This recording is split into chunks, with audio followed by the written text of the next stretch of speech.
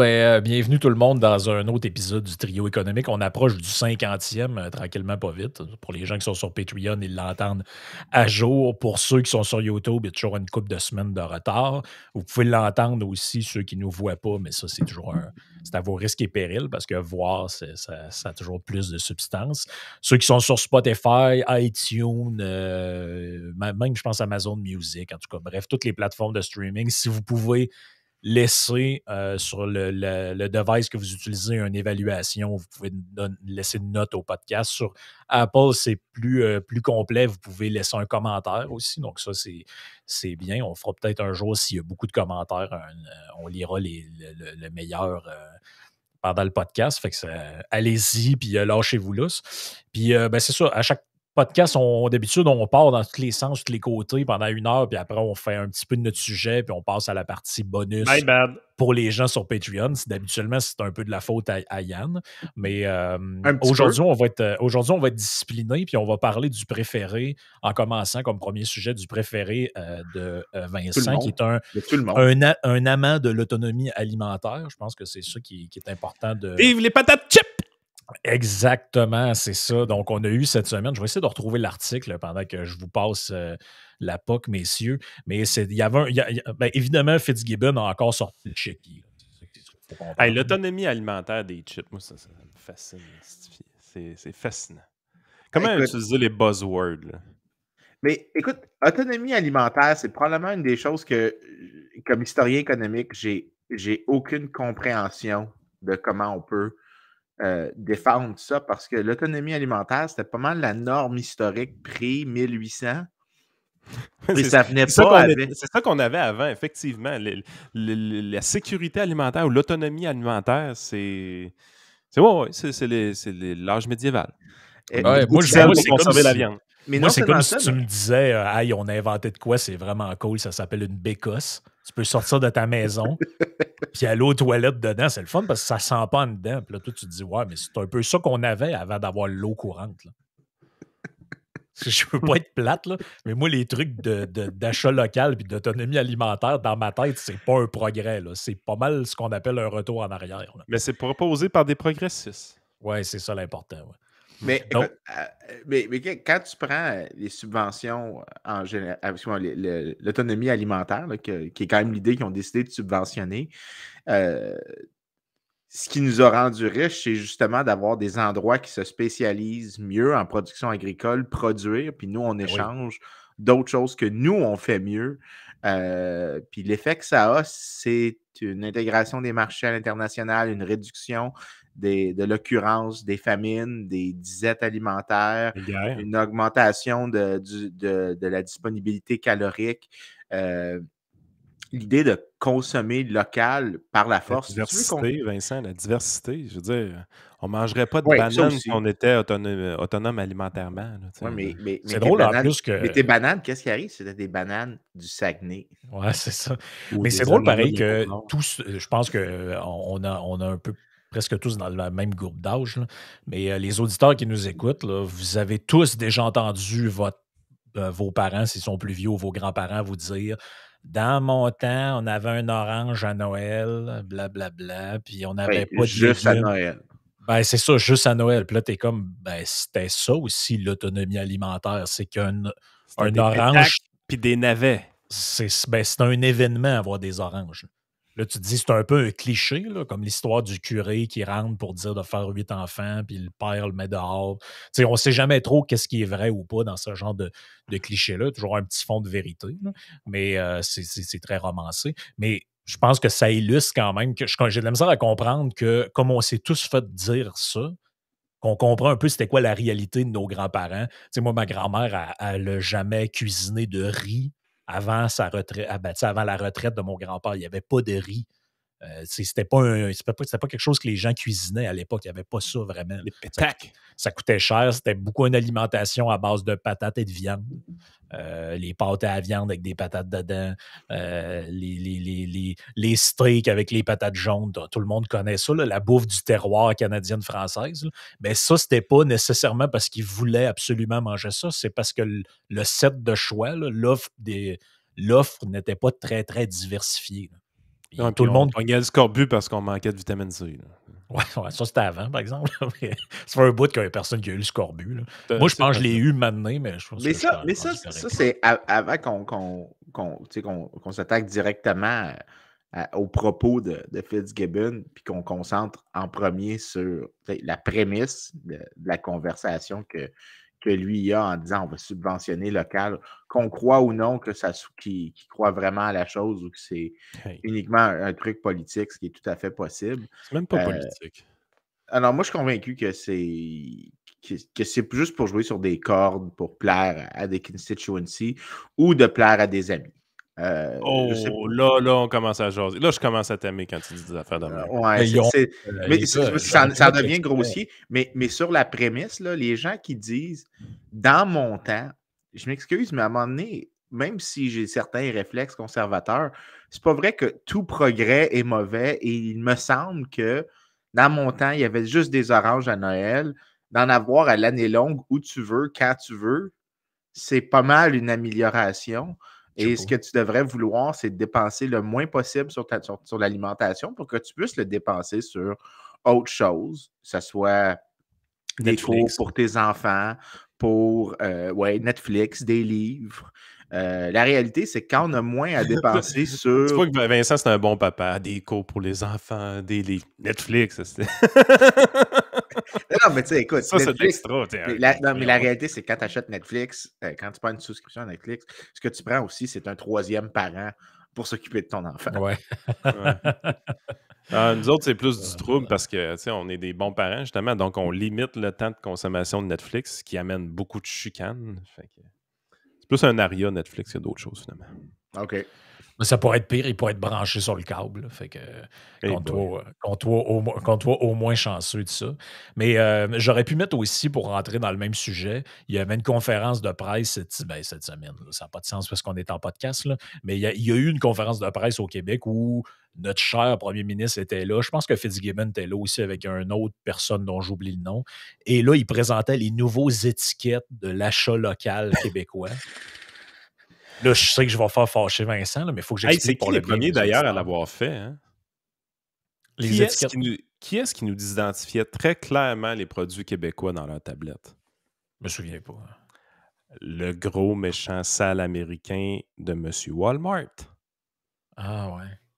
La première fois où j'ai vu vraiment là, achat local ou item local, des choses comme ça, c'est chez Walmart. Ouais, je me souviens Initiative pas, mais privée. ben, puis là, l'idée, c'est qu'actuellement, il y a un sticker qui s'appelle Aliment du Québec.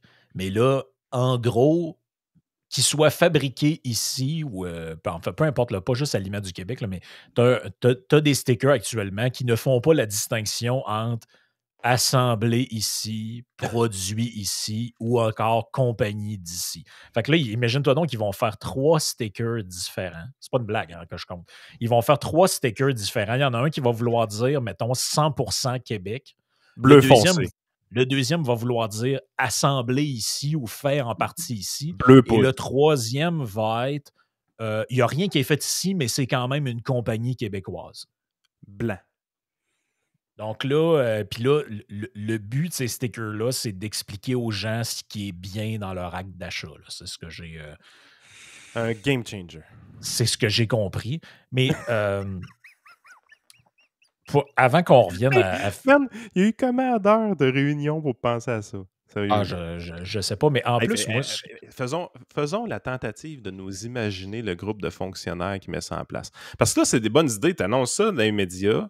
Il va y avoir 3 catégories. Ça a l'air simple. Mais là, c'est pas simple de même. Là, le crayon Bic, là. Ce qu'on fait avec le crayon Bic, c'est d'ici, ça. Ah, mais là, t'as peu. Là. C'est assemblé où? Ça vient d'où? C'est une compagnie. OK, ça, c'est pas bon. Ça, c'est scrap. OK, next. Le crayon feutre noir, Sharpie. OK. Hey, il faut tout t'inspecter, là. OK, Même attendez, si c'est juste sur les aliments, il doit y avoir quoi? 4000 items? 10 000 items? je vais le partager au visuel pour que les gens voient que Je dis quand même pas toujours n'importe quoi, là.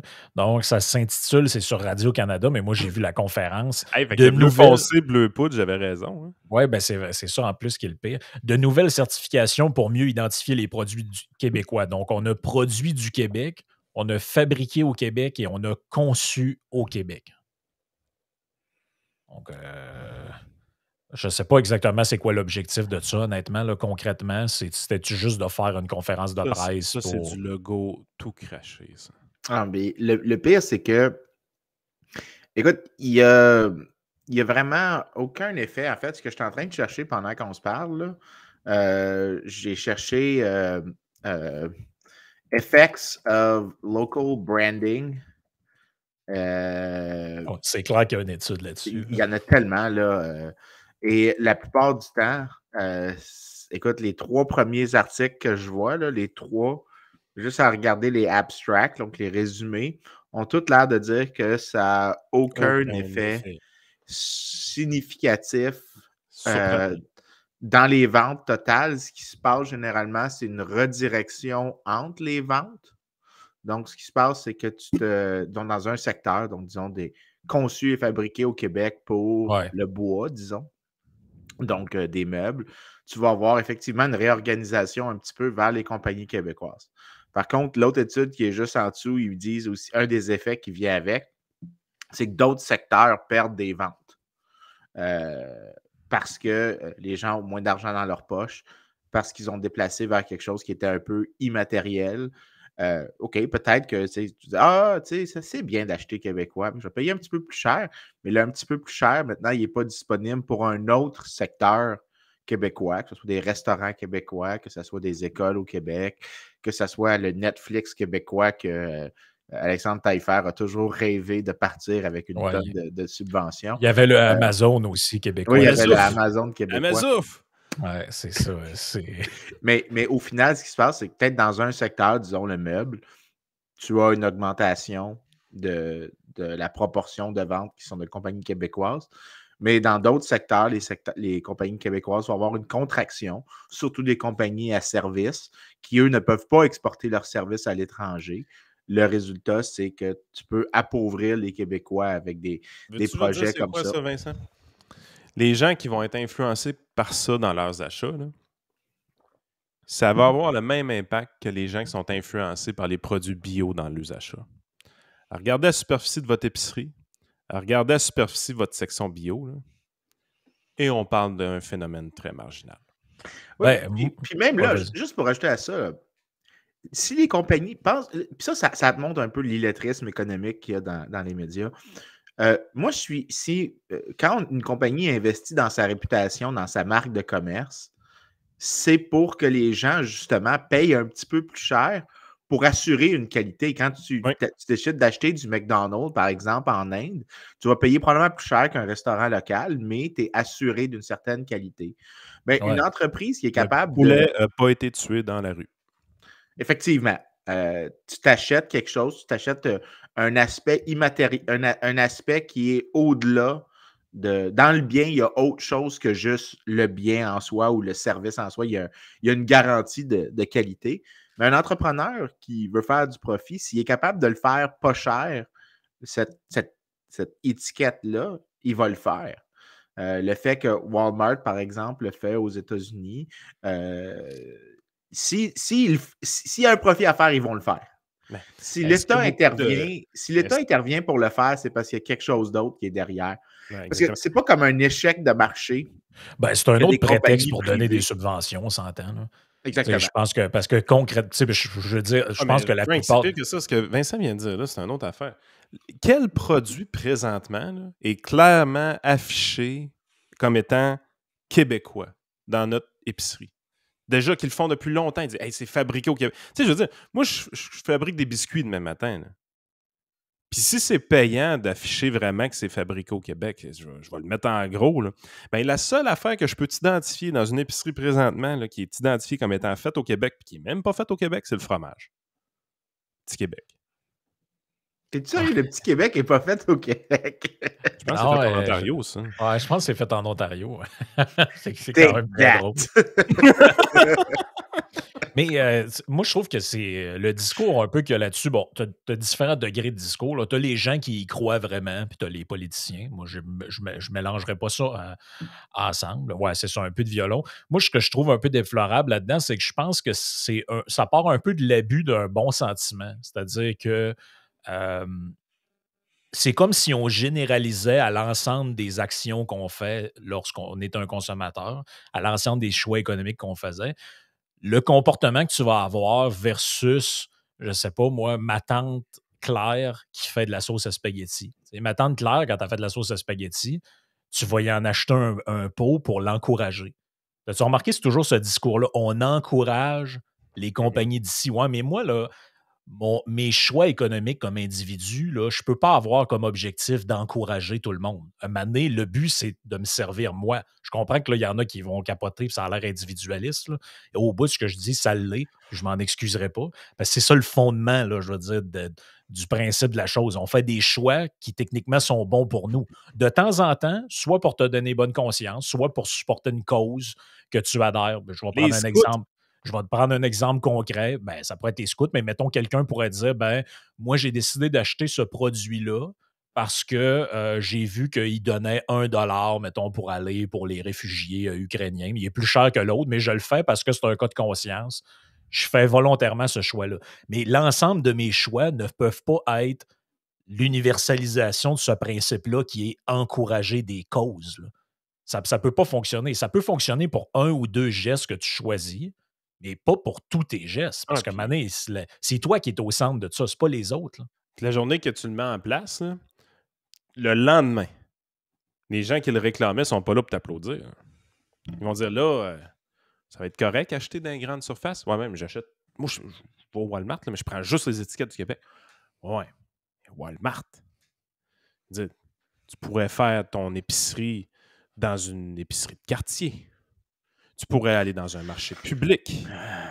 Tu pourrais te faire venir des paniers de légumes de tes agriculteurs locaux. C'est jamais assez. Never enough. Never enough. Je pense, Vincent, là, je ne suis pas sûr de l'auteur, mais je pense que c'est Robert Nozick qui parlait de ça maintenant, que le concept de local, en fait, n'a aucune limite. Parce que quand tu es à l'échelle nationale, le local, ça va être un truc national, mais après ça, tu peux aller au niveau des régions. Par exemple, là, moi, je sais, cette mentalité-là est très présente dans ma région natale. Quand tu consommes des trucs ou tu encourages des entreprises qui sont externes à cette région-là, là, c'est plus de l'achat local, c'est t'encourages l'étranger. Tu comprends? En fait, ça peut même se ramener jusqu'à ta ville, ça, ou ton quartier, cette logique-là. C'est pas la logique économique qui est viable. Je me souviens de quand je vivais à Hochelaga, parce que j'ai déjà vécu à Hochelaga, il y avait fait à Oma. T'as déjà été pauvre, Vincent? Non, c'est parce que c'est quand Hochelaga, je gentrifiais. Ouais, c'est ça. Vincent, il a gentrifié Hochelaga. Ben, écoute, c'est correct comme place, Hochelaga. Il n'y a pas de raison de dénigrer la place. Mais je me souviens que quand je vivais là, le processus de gentrification avait commencé. Puis tu avais vraiment beaucoup d'hostilité de plein de gens assez à gauche. En fait, il y avait eu du vandalisme beaucoup dans le quartier contre des nouveaux commerces qui occupaient des bâtiments abandonnés, qui étaient en train de toute la pratique de gentrifier le quartier. Rénover, investir, offrir de l'emploi. Oh, et puis écoute, moi, ce que je me souviens, c'est que j'avais eu un gros débat avec une des têtes à penser de l'IRIS, où est-ce qu'elle disait ben là, il y a plus de gens qui vont venir dans le quartier, donc les loyers vont augmenter.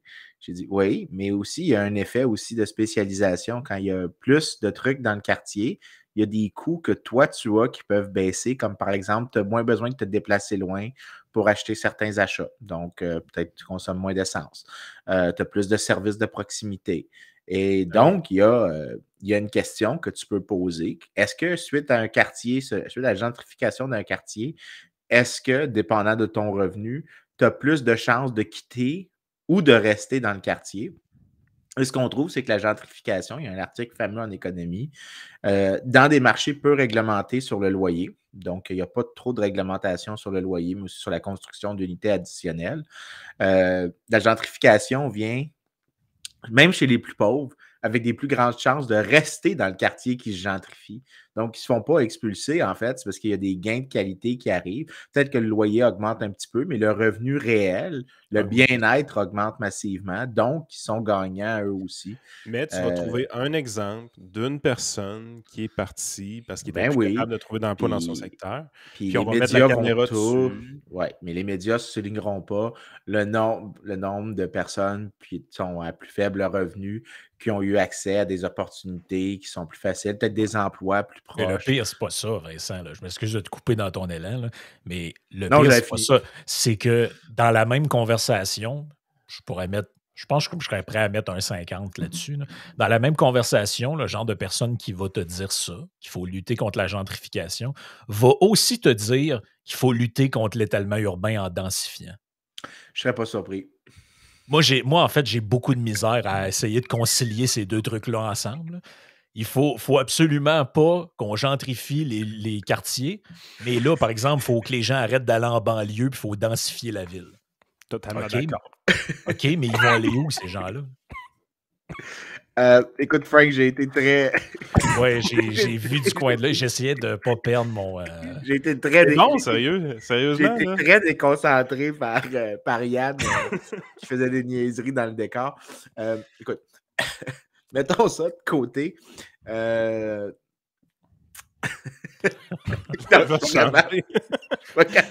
vais changer, on va scraper le podcast. Écoute, des fois, ça vaut la peine de faire des niaiseries. Mais oui, pour revenir à ce que tu disais avant qu'Yann, encore une fois, essaie de faire tout déraper, il y a vraiment cette incohérence-là qui est vraiment fréquente. Puis non seulement ça, mais quand il parle d'étalement urbain, il en parle comme si c'était mauvais. Je veux aussi dire que l'étalement urbain, c'est une bonne chose, tout comme la gentrification, parce que, écoute, je vais te donner une anecdote. Ça te montre, il y a un gars au Québec qui s'appelle Louis Marion, qui est un des penseurs de la décroissance. Oui. Et tu le connais? Oh, ben, pas personnellement, mais je connais ses affaires. Là. Le gars a quand même fait un livre sur la décroissance. Mais en tout cas, oui, c'est crime, c'est vrai. J'étais là, comment tu connais? C'est parce qu'il est vraiment, c'est vraiment un personnage. J'ai enseigné avec lui. Il y avait un cours à HEC qui s'appelait... Frank, il est bien plus dumb que ça d'habitude. Comment ça, il lit ce gars-là? Oui, c'est ça. Ben moi, c'est parce que je me disais que... Parce que la raison que je vais dire, ça va expliquer qu'est-ce que je t'avais de dire, c'est que je peux pas concevoir que quelqu'un veuille lire ce qu'il écrit. Parce que j'ai enseigné avec lui. Quand j'ai enseigné avec Marion, l'expérience était hautement déplaisante. Parce que c'est un cours qui se donne à deux à HEC, qui était un économiste et une personne de la faculté de management. Pourquoi ça généralement Parce que ce qui se passe, c'est que tu fais des visions contrastées de l'entreprise. La vision plus sociologique, la vision plus économique. C'est un bon mix. Puis j'ai enseigné avec plusieurs autres profs en sociologie qui étaient vraiment bons. Genre Anne Peset, Anne Mény, des noms pas très grand public, mais des vraiment bons profs qui étaient capables, tu sais, des bons pédagogues. En tout cas, lui, il arrive et il fait du preaching. Là. Puis honnêtement, l'expérience a été déplaisante pour tout le monde. Puis à la fin, même les gens de la faculté de management s'excusaient un peu de m'avoir matché avec lui parce que moi, je ne sais pas quoi faire. Là. Il est décousu, ça ne se suit pas, c'est hyper idéologique. Ouais. Il passe des trucs comme... C'était pas important, mais une des choses qu'il avait dit sur l'étalement urbain, c'est qu'il dit c'est super bien de se vivre en grande densité. Puis à un moment donné, j'ai dit je suis prêt à croire que peut-être dans certaines conditions, plus de densité, c'est mieux. Mais à un moment donné, s'il y a trop de monde dans un petit espace, tu peux avoir plus de problèmes écologiques parce que tu n'es pas capable de gérer la gestion des déchets, que tu n'es pas capable de gérer facilement la congestion. Le smog en campagne, c'est tranquille. Là. Ben, c'est ça. Fait que là, je dis, écoute, c'est pas un truc unidirectionnel que tu devrais toujours en vouloir plus. Il y a un point où tu ne devrais pas en vouloir trop. Puis là, lui, il avait complètement freezé la seconde que j'ai dit ça. Moi, j'ai dit, je peux imaginer que tu devrais vouloir un étalement dans une certaine mesure. Tu ne devrais pas l'encourager, tu ne devrais pas le décourager. Peut-être que tu peux faire certains zonages pour des trucs d'externalité ou des choses comme ça. Mais j'explique ça, puis le gars, il avait pété une coche. Puis là, il est embarqué dans la décroissance comme faux. Ouais. Puis à ce moment-là, tu as vu toute la dissonance que toi, tu décris qui est apparue. Attends un peu. t'as-tu dit un prof de management d'entreprise? Oui, oui. T'as peu, là. Ouais, mais HEC, Ben, c'est rendu n'importe non, quoi. mais Là. t'as peu, là. T'as peu. Attends, c'est parce que. T'as peu, là. T'as peu, là. Une décroissance. Un gars qui favorise la décroissance, il donne des cours de management d'entreprise. Où Ouais. est-ce que la job. Moi, j'ai jamais connu ça, un gestionnaire d'entreprise qui dit qu'il faudrait décroître cette année. Ça existe-tu, ça? Quoi, Ben, c'est ça tellement dépend. en hiver, ça. Attends une minute. À HEC, il y a plusieurs. Oui, il y en a. Là. Il y a Yves-Marie Abraham aussi qui défend ça au Québec, qui est à la faculté de management à HEC. Mais, Ouais, mais management, c'est vraiment. Oui, mais attends un peu, là. Les entreprises sacrifices. Y a-tu quelqu'un qui réalise que c'est des entrepreneurs qui vont prendre ces cours-là potentiellement? Ou des Oui, gestionnaires d'employés, des gestionnaires d'entreprises? Il n'y a personne dans le monde de l'entrepreneuriat qui parle de décroissance. Faut-tu être mongol pour parler de décroissance quand tu gères une entreprise? Hey, Frank, sais-tu quoi? Moi, je l'ai ton salaire cette année. J'ai pas le goût d'avoir de la croissance. Ouais, c'est ça. Puis les gens qui nous écoutent, là, qui vont appeler pour transférer leur fonds de pension, des trucs de même, Yann, il en prend plus parce que là, on décroît maintenant. Écoute, c'est parce qu'il faut comprendre qu'à HEC, il y a 2 départements de gestion. On devrait fermer. Non, ça s'appelle gestion des opérations et de la logistique, gestion des ressources humaines et management. C'est pas les mêmes affaires. Tu as d'autres comme économie appliquée, affaires internationales, entrepreneuriat, innovation, finance, comptabilité, marketing, Donne-moi une sciences de la entreprise qui a décision. besoin d'un élève qui a reçu des cours de décroissance. Écoute, la réponse, c'est j'en connais pas. Je suis tout oui. Non, j'en connais pas, puis j'en vois pas la pertinence, franchement. Mais ceci dit, de dire qu'il n'y en a pas la pertinence, je t'explique pourquoi il y en a un à HEC. Non, je comprends. C'est pas bien pas. que j'exagère, mais je veux dire, sérieusement, ça n'a pas de bon sens. Là. Restons un peu dans le même sujet, puis on va aller vers autre chose, allez voir. Je vous partage quelque chose. Attendez une seconde. On s'en va sur la carte. Ça sera pas long. Je vous partage la carte dans quelques mettons instants. un gars qui enseigne la décroissance à l'ENAP, l'École nationale d'administration publique, je peux comprendre. En fait, moi, je serais plus surpris d'en trouver là qu'à HEC. Ouais, c'est ça. Non, c'est rare qu'il y ait un discours sur la décroissance de l'État. L'ENAP, les profs sont assez à droite, pareil. J'ai jamais compris le pourquoi. Là. Moi non, c'est pour ça. Cette semaine, les gars, il y avait un échange. Je dis tout le temps cette semaine, là, parce que les gens, vous comprenez qu'on enregistre au moment qu'on enregistre. Cette semaine, il y avait un échange, pas cette semaine, il y a quelques jours, il y avait un échange musclé entre un autre de mes préférés, GND, et un autre de mes beaucoup préférés, le premier ministre du Québec. Et GND lui disait... le premier ministre ne comprend pas qu'il y a une pénurie de logements, il y a une pénurie de maisons. Pour les jeunes, c'est pas facile de se trouver des maisons. Pour les gens, ils ne sont pas capables de se trouver jusque-là, il est correct. OK, c'est bon. Des loyers, etc. Et là, ça m'a rappelé une histoire qui date pas d'il y a 10 ans, qui s'est passée l'année passée. Et on s'en va sur la carte de Québec. Voici la carte de la ville de Québec. Bon, pour les gens qui ne sont pas familiers, là, on peut se promener sur la carte.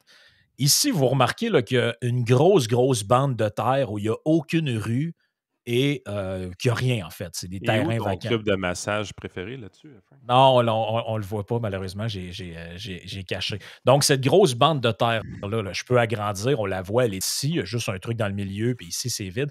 Ça s'appelle les terres des Sœurs de la Charité. Mais avec les cartes satellites, là, on va voir que c'est vert. Ça va être encore plus beau. Ouais, ben regarde, on le voit à côté ici. Regarde, c'est tout vert, c'est beau. On met du budget, là. Ouais, c'est ça. On met le satellite, là. Et toujours est-il que, je ne sais pas si j'ai cette fonction-là sur le truc. Oui, c'est en bas à gauche. Les cartes. En bas à gauche? Ah ouais. OK, si je clique là-dessus, est-ce qu'on le voit? Vous voyez comme c'est beau, là? Regardez ici, on a le golfe de Beau. Bref, vous voyez les grosses terres qu'il y a ici? Ça s'appelle les terres des Sœurs de la Charité. Il y a quelque temps, il y avait un projet pour dézoner ces terres-là pour permettre des constructions résidentielles et de logements. Ça vaut pas quelques millions de dollars, ces terres-là. Là. Non, ça ne vaut pas du tout quelques millions de dollars. Et attendez, je vous partage. Puis là, j'avais un vague souvenir.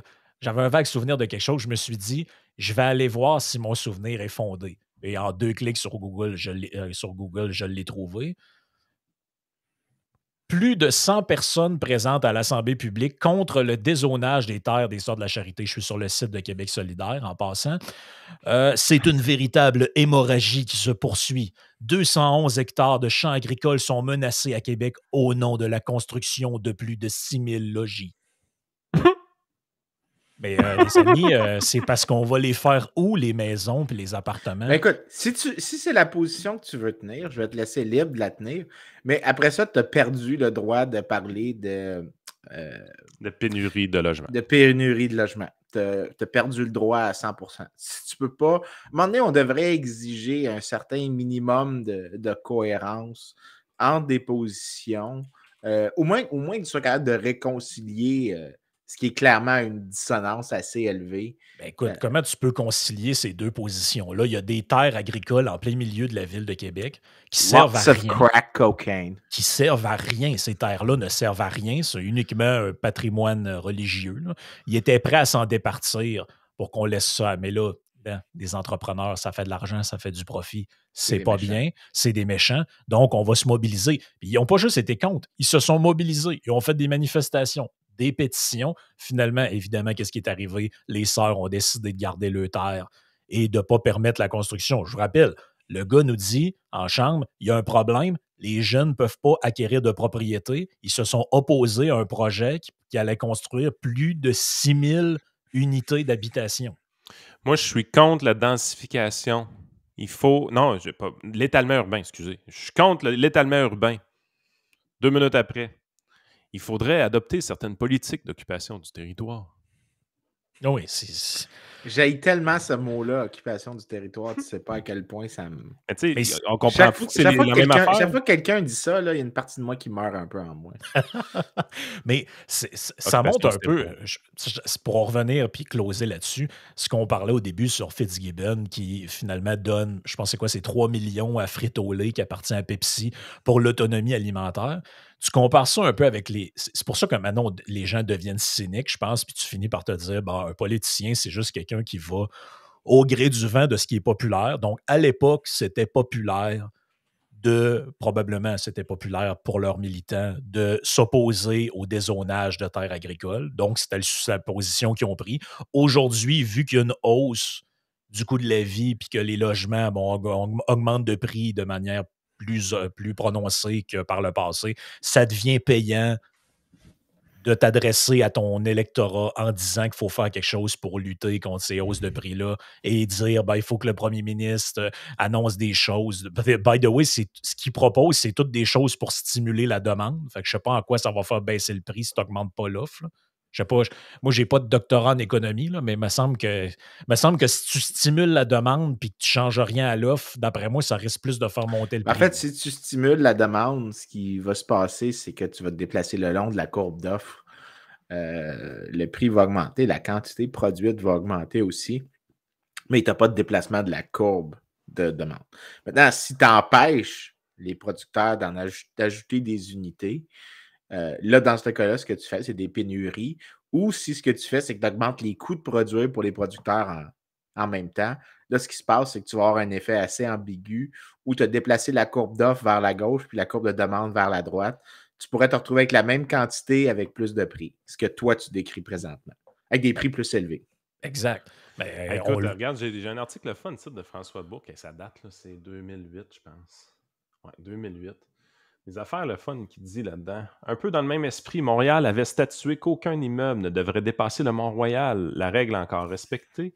Le plus haut gratte-ciel de Montréal, le 1000 de la Gauchetière, 51 étages, s'arrêtant à 10 mètres au-dessus du sommet de la montagne. La plupart des gratte-ciels de Québec ont été construits à cette époque, fin des années 60-70. Les hauteurs atteintes alors ont rarement été approchées depuis. Les plus fortes pressions pour construire en hauteur viennent désormais de Sainte-Foy. Le plus récent exemple étant celui du projet de tour de 27 étages au coin de Laurier et l'Église. La ville s'y est opposée, fixant plutôt la limite à 17 étages, loin des hauteurs permises dans les grandes villes nord-américaines, mais bien d'au-delà des 8 ou 10 étages habituellement autorisés dans les zones les plus denses de Québec.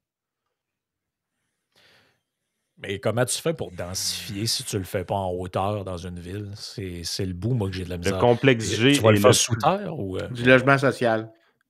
Pas ces terres des Sœurs de la Charité, puis pas en Logement social. Ouais, mais le logement social, il faut qu'il soit Logement quelque part. social. Pas dans la crise des HLM. Logement social. L'immeuble le plus haut de Québec est bien sûr le Marie-Guyard, le G. Logement social.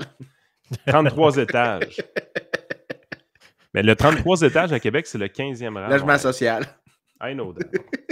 C'est l'enfer, sérieux. Là. Non, je sais. J'en ris parce que ça, c'est plus ridicule d'en pleurer. En tout cas. Non, mais c'est parce que moi, je me dis tout le temps, à un moment donné, quand tu tiens une position, tu essaies au moins que les autres affaires que tu proposes vont dans le sens de valoriser la première proposition que tu as faite, pas d'aller dans le contraire, je sais pas, là, mais il me semble qu'il faut que ça aille dans ce sens-là, sinon tu scies la branche sur laquelle tu es assis, là, ça fait aucun sens. 2021, le devoir. Quand les gratte-ciels menacent le patrimoine montréalais. Ah, le devoir. Les gratte-ciels menacent le patrimoine montréalais. Toujours plus haut. Pour le Conseil du patrimoine de Montréal, une entité consultative de la Ville, cette modification au plan d'urbanisme n'a rien d'anodin et témoigne de ce phénomène grandissant. On est en présence d'un bâtiment patrimonial dont on fait valoir que la seule façon de rentabiliser les investissements inhérents à sa conservation est de construire une tour sur le même site. C'est toujours de l'opposition. Puis c'est ce qui fait que tous les projets se font pas. Puis ça, c'est ce qu'on voit. C'est l'opposition à certains projets, puis là, des consultations, puis tout est ralenti. Ce qu'on voit pas, ça, c'est le bout que tout le monde oublie tout le temps, c'est l'investisseur en Ontario, en Alberta, ou qui était au Québec puis qui a sacré son camp, qui est, lui, dans un contexte où est-ce que les gens agissent de manière saine, là, d'esprit, là, il aurait construit une tour. Mais il ne l'a pas construit parce qu'il n'est plus ici. Ou il n'est pas venu ici. Évidemment, cette personne-là, elle n'existe pas vraiment. Je ne sais pas c'est quel Ontarien, normalement, avec de l'argent dans ses poches, qui serait venu construire une tour à Québec si on était moins débile. On n'est pas capable de raconter son histoire à ce monsieur-là. Il n'existe pas.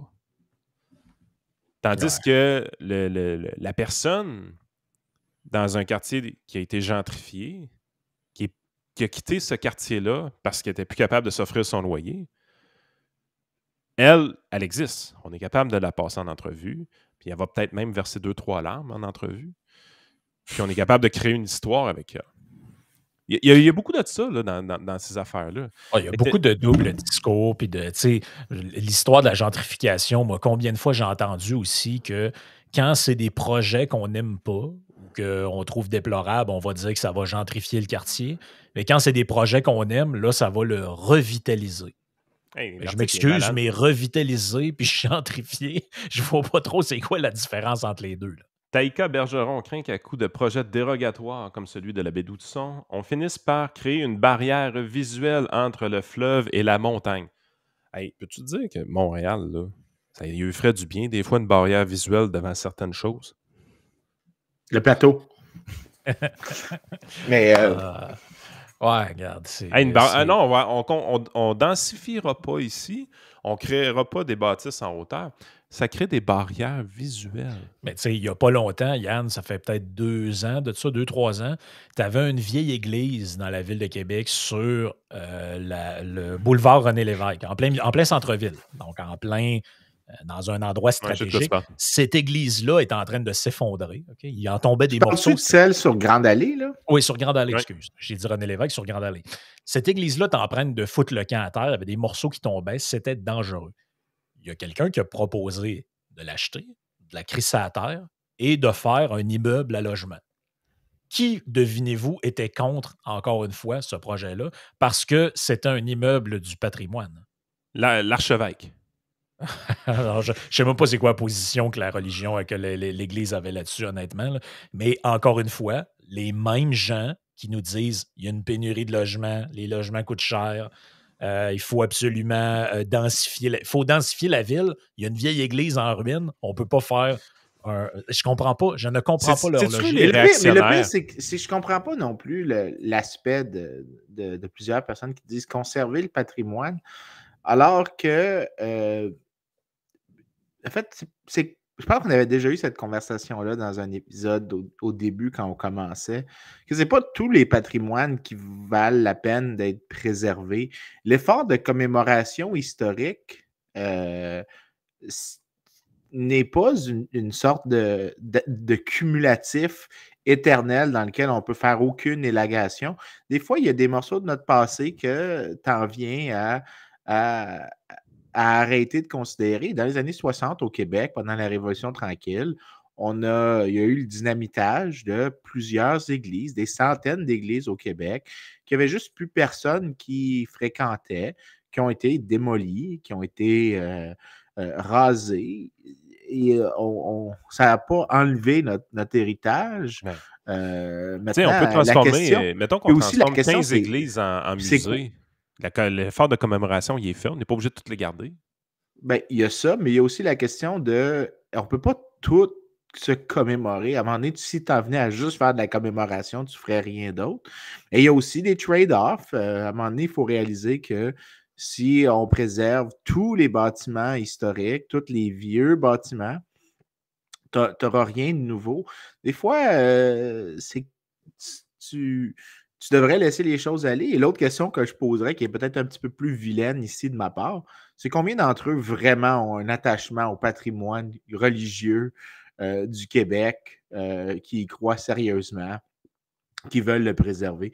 Si c'était genre Mathieu Bock-Côté qui disait ça, je le croirais qu'il défend la position sincèrement. Québec Mais moi, solidaire. quand je vois d'autres personnes faire ça, j'ai plus l'impression que tu es en train d'attacher ton wagon après quelque chose d'autre pour tirer un message que tu aimes mieux avec un couvert différent. C'est carrément ça. C'est carrément ça. Honnêtement, ça serait une des instances dans lesquelles je n'achète pas ta sincérité. Je ne crois pas que tu es sincère quand tu fais cet argument-là. Je ne crois pas que c'est un argument de bonne foi. Je ne me suis pas trompé ben. À cause de la dissonance en passant. C'était la démolition de l'église Saint-Cœur de Marie sur la Grande Allée. On voit des images à l'écran pour ceux qui voient que je pensais, de l'église. Et si je retourne dans l'article, je descends un peu. Ma mémoire ne m'a pas failli ben. C'est ça. Là, il y avait un projet avec le monsieur qu'on voit de construire, faire place à une tour d'habitation de 18 étages. On s'entend pas mal de la densification, ça, c'est pas mal arrêter l'étalement. Qu'est-ce qu'on a ici? La députée de Tachereau, Catherine Dorion, regrette qu'on démolisse un des plus beaux morceaux de la ville auquel les gens sont attachés. Elle invite les autorités à se donner les moyens de forcer les promoteurs à sauvegarder les bâtiments ayant une valeur patrimoniale. Le pire, c'est que, soyons honnêtes, c'est peut-être même une bonne chose parce que si c'est l'église que je pense, elle n'est pas loin du Parlement, tout ce que tu vas avoir, c'est tous les staffers vont aller vivre là, puis ils vont arrêter de demander du logement ailleurs dans la ville de Québec où est-ce que les gens qui vivent pour vrai à Québec veulent vivre. Puis tous ceux qui veulent un pied à terre vont juste être à côté du Parlement, ils vont payer un paquet d'argent à Québec, puis ils vont juste retourner à Montréal le lendemain. Puis, non seulement ça, mais pour les gens de Québec, c'est une excellente chose de confiner les politiciens le plus proche possible de l'Assemblée nationale pour avoir à les côtoyer le moins fréquemment possible. Là, ça, c'est sûr, c'est mon jugement à moi. Mais tu as aussi le fait que tu concentres la demande dans un endroit qui est pertinent de la concentrer. Ceux qui ne vont pas vouloir faire, de partir de Charlebourg pour venir à Québec pour des représentations ou, voyons, de Cap Santé ou Cap Rouge pour venir à l'Assemblée nationale, vivent juste à côté, à quoi? C'est 15 minutes de marche de l'Assemblée, si je ne me trompe pas, là, l'église dont on parle. Oui, à peu près. Donc là, ce que tu fais, c'est que voici la suite de l'histoire. Tour interdite sur le site d'une ancienne église de l'Assemblée de Grande Allée.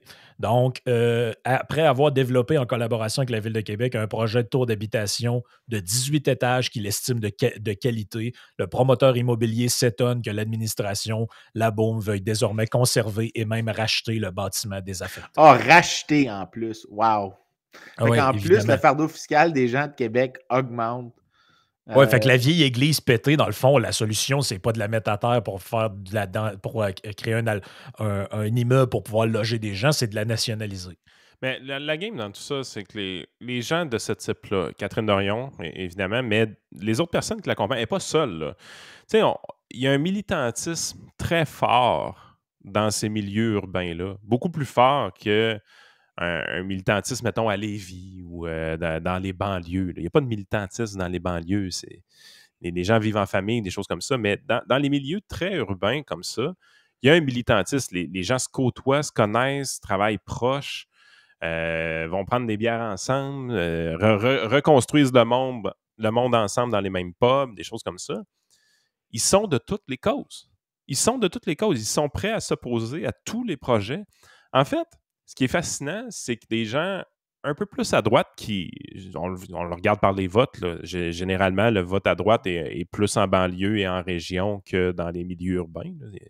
J'ose espérer n'apprendre rien à personne en disant ça. Là. Ça dépend. En Angleterre, il y a une grosse exception à ça, la City, où est-ce que tous les banquiers vivent ensemble à Londres. Tu as comme quelques petits bastions conservateurs au milieu de la ville. Où est-ce que c'est vraiment étrange. Ah, c'est fort possible, mais tu es vraiment dans cette game-là. Là, tu dis, la gauche aime dire que les gens de droite, c'est des réactionnaires.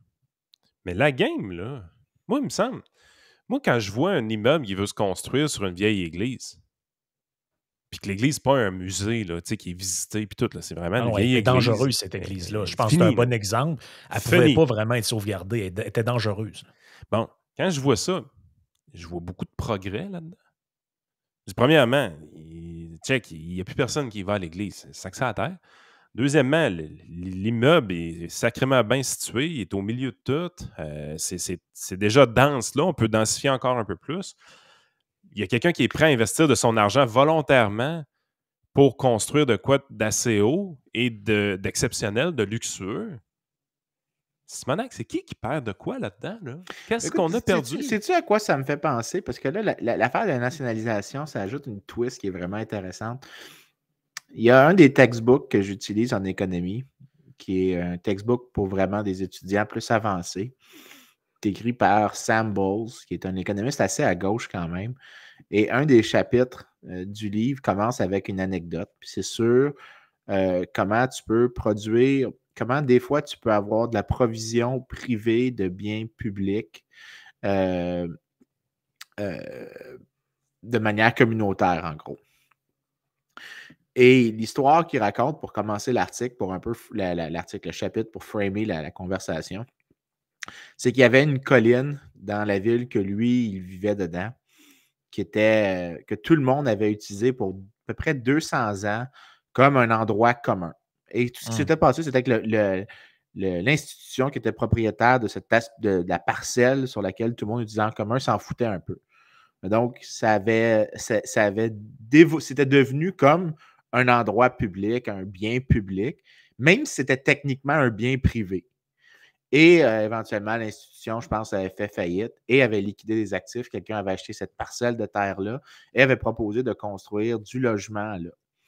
Et le gars, les gens essayaient de bloquer la transaction parce qu'ils disaient, ben là, la construction, ça va construire il veut construire une tour à logement, ça va rendre la place beaucoup moins plaisante pour les autres, etc., etc. Et lui, le promoteur dit, je vais poursuivre la ville, puis vous allez pas gagner parce que je vais vous I'll financially break you, dans le sens que lui, il avait beaucoup de ressources, puis il était prêt à le faire. Et ce qui s'est passé, c'est que les gens ont fait une collecte de fonds. Ont fait des drives pour justement convaincre le gars à toute fin pratique de ne pas vendre le terrain. Et en fait, ce qui s'est passé, c'est qu'ils ont donné l'argent à la ville qui a acquis la parcelle de terre du promoteur et qui l'a ensuite laissé à l'utilisation que les gens en faisaient avant. Ben ici, la partie qui est intéressante, c'est que tu as vu qu'il y a eu une drive sociale où les gens ont eux-mêmes financé. Ils ont figé dans leur poche. Ont figé dans leur poche, ont financé quelque chose. Et, OK, d'accord, ça a été une nationalisation, mais je ne suis pas sûr que j'appellerais ça une nationalisation dans ce cas-ci. En fait, c'est un cas vraiment avec des ambiguïtés, mais le résultat... C'est une collectivisation, mais volontaire, dans le sens, c'est un peu comme... Ça ressemble à ça. Desjardins, c'est quoi? T'sais, on donne des ristournes, c'est une ouais.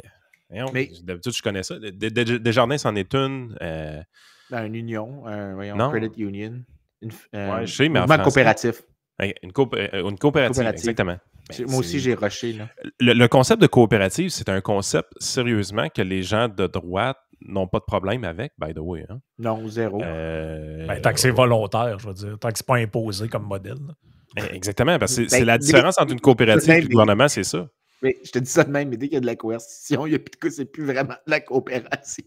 Non, c'est ça. Mais juste pour clore le sujet, voici 3 ans plus tard le site de l'ancienne église. Voici regarde le super beau terrain. Regarde ce qu'on est là. C'est pour les gens qui connaissent la ville de Québec. Là. Voici l'hôtel Le Concorde. L'Assemblée nationale est au bout de la rue ici, là, très proche. Voici l'immense et beau terrain disponible pour faire peut-être même 2 unités d'habitation. Je ne sais pas, il faudrait mesurer. Hey, il y a quelqu'un qui voulait utiliser son argent pour construire de quoi de vraiment bien, là. Ouais, mais le pire, c'est que souvent aussi, c'est que ça... Écoute, l'exemple que je donnais, là, il est pertinent pour une chose, c'est que tu peux avoir des conversions, mais tu aurais pu avoir quelque chose de mitoyen, comme par exemple, intégrer l'Église dans le nouveau bâtiment. Donc, de préserver une partie du passé.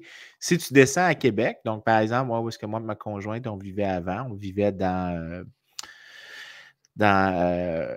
2 rues au sud de René Lévesque, je pense, j'oublie le nom des rues maintenant, mais on était pas loin de la rue René Lévesque. Tu t'es rabaissé à vivre à Québec? Je me suis rabaissé à vivre à Québec pendant 2 ans avec ma conjointe. On était juste une rue au sud du ministère du Travail. Donc, tu avais le gros building du ministère du Travail, je pense sur Cartier, j'ai envie de dire. On était à une rue au-dessus, mais juste derrière le ministère du Travail, il y a une ancienne église qui a été convertie en condo. Mais toute la façade a conservé le patrimoine historique. Si vraiment on avait...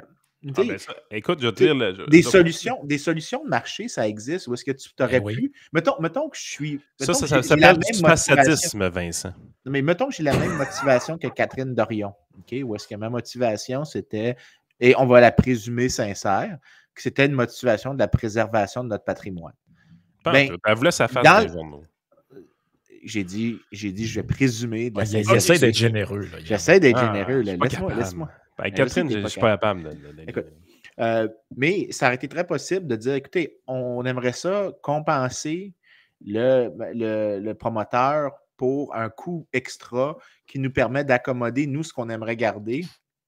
Et lui, l'utilisation de sa propriété. Tu aurais pu avoir des solutions mitoyennes, tu aurais pu avoir du bargaining. C'est pas correct. Mais regarde, je vais te le lire. Okay. La pression immobilière et les hauteurs ne sont pas les seules menaces qui planent sur le patrimoine bâti. Le CPM s'inquiète notamment de la croissance du phénomène de façadisme, qui consiste à vider ou à démolir un immeuble historique pour n'en conserver que la façade. Alors, tu pensais vraiment que c'était une solution, ton affaire, là? Sale façadiste? Il y a certaines personnes qui seraient probablement très confortables avec ça. Maintenant, là, c'est jamais correct ce qu'on fait.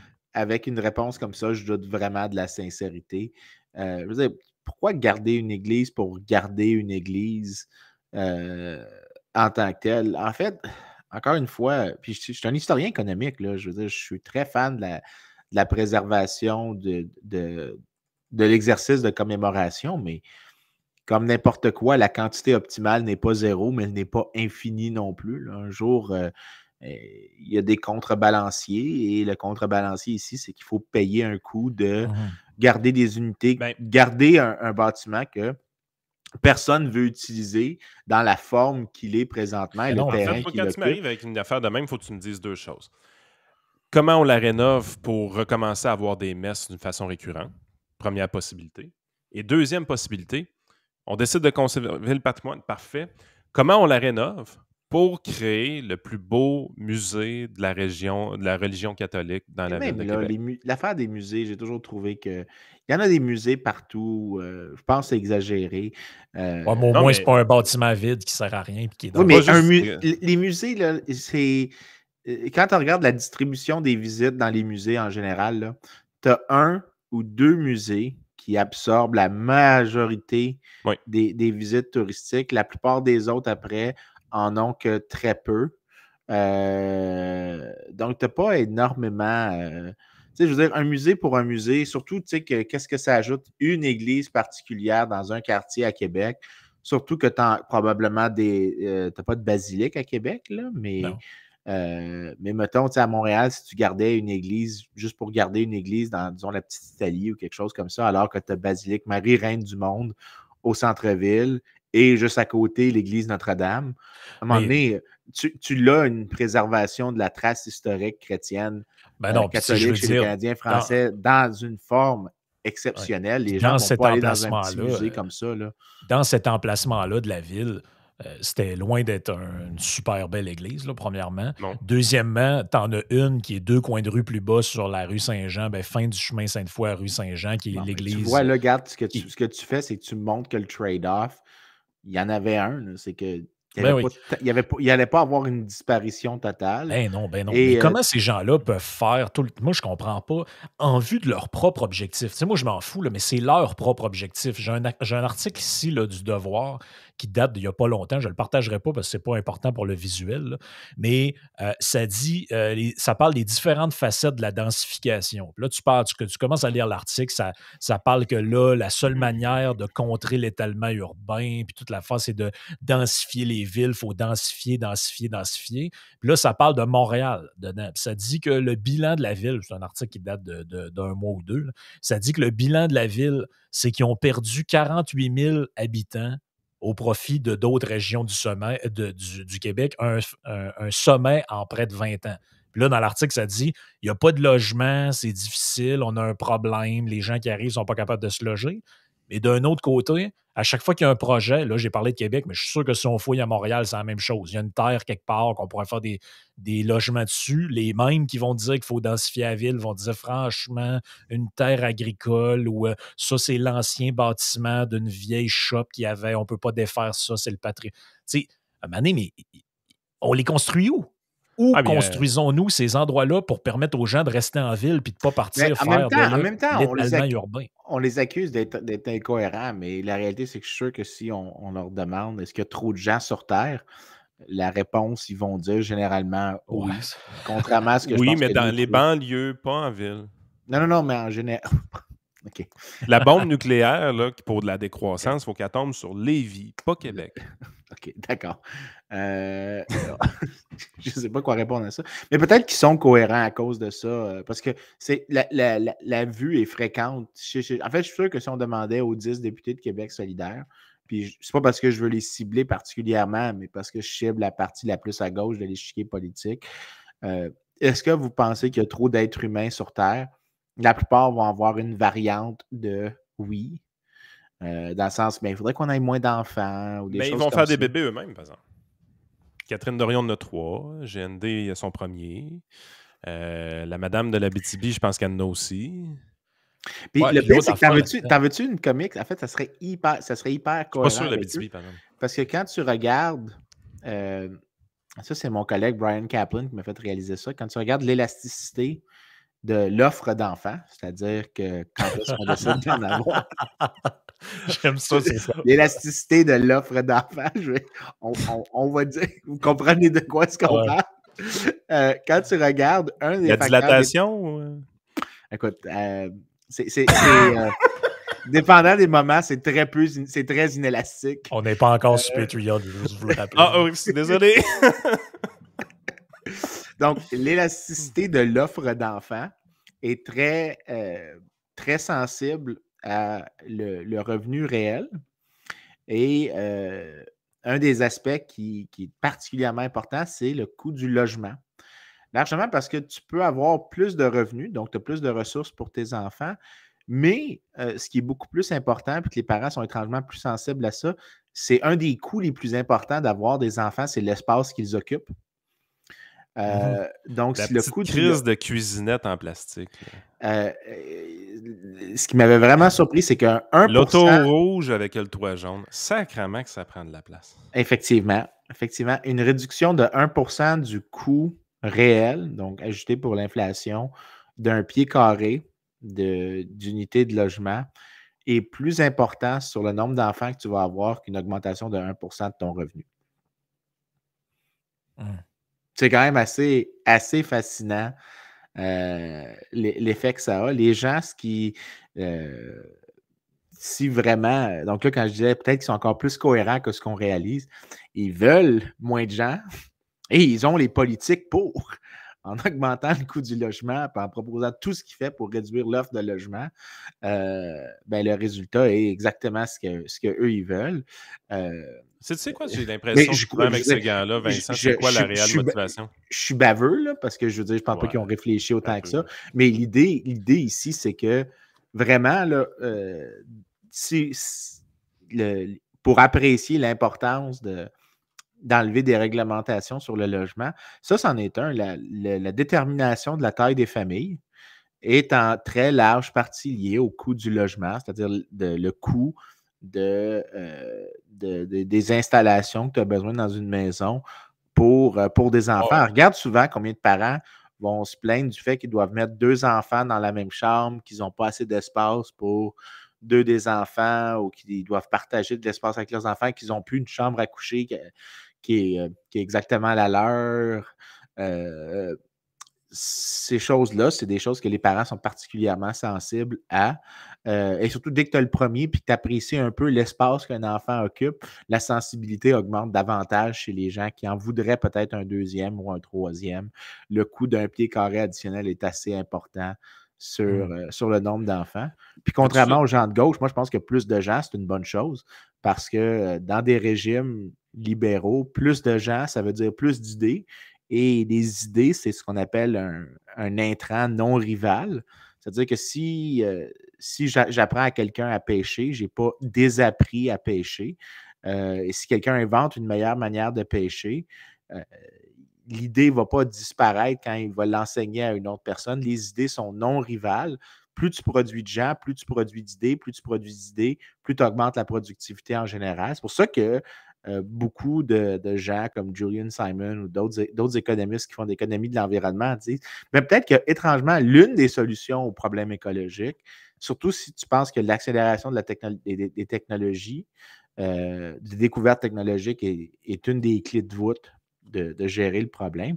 Avoir plus d'individus sur Terre qui ont des idées qu'on peut développer, qui vont essayer d'inventer des choses, c'est ce qu'on devrait aller de l'avant avec. Moins de gens, moins d'idées, plus de gens, plus d'idées.